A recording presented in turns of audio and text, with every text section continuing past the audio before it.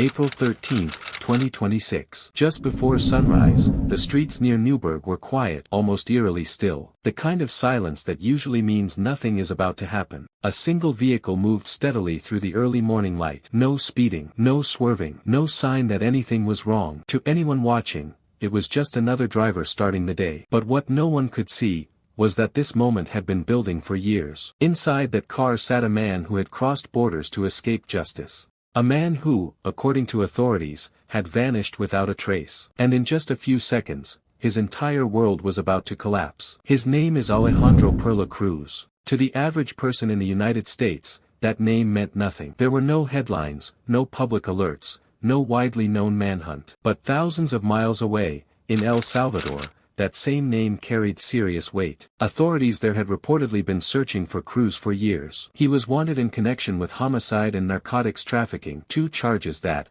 if proven, could carry severe consequences. Investigators also linked him to MS-13, a group known for its structure, reach, and reputation for violence. At some point, Cruz disappeared, not just from sight, but from the system. Officials say he entered the United States unlawfully, though exactly when and how remains unclear. What is clear, is that once he arrived, he managed to stay hidden. No confirmed sightings, no arrests, no traceable footprint that would immediately expose him. For years, he existed in the background, blending into everyday life while a warrant for serious crimes followed him across borders. And then, something changed. On April 7, 2026, law enforcement received a tip. Details about the source have not been made public, but what matters is this. The information was credible enough to act on. It pointed to one place, New York. From that moment forward, the situation shifted from uncertainty to precision. Federal agents, including teams from U.S. Immigration and Customs Enforcement and the Federal Bureau of Investigation,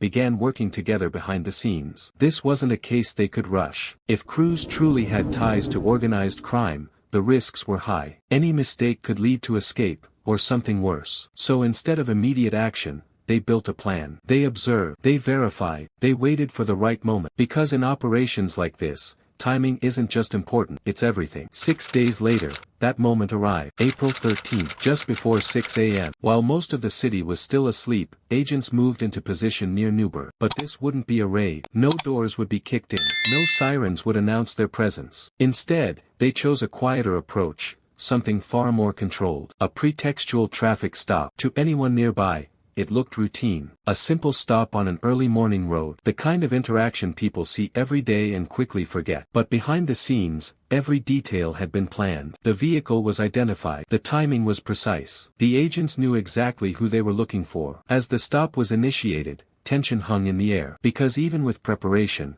there's always uncertainty. Would he run? Would he resist? Would the situation escalate? Seconds passed. Agents approached the vehicle. And then, confirmation. The man inside was Alejandro Perla Cruz. In that instant, years of searching came to a close. No struggle, no chase, no chaos. Just a quiet, controlled arrest that ended a long period of evasion. Cases like this don't exist in isolation. They are part of a much larger reality, one where crime, migration, and law enforcement extend far beyond a single country. The alleged connection to MS-13 adds another layer of complexity. The gang, which originated in the United States but expanded heavily into Central America, has long been associated with organized violence and cross-border criminal activity. For investigators, that means cases are rarely simple. A suspect may commit a crime in one country, flee to another, and live undetected for years. But as this case shows, distance doesn't always guarantee safety. Because behind the scenes, agencies share intelligence. They track patterns. They follow leads. How long it takes. And sometimes, all it takes is one tip,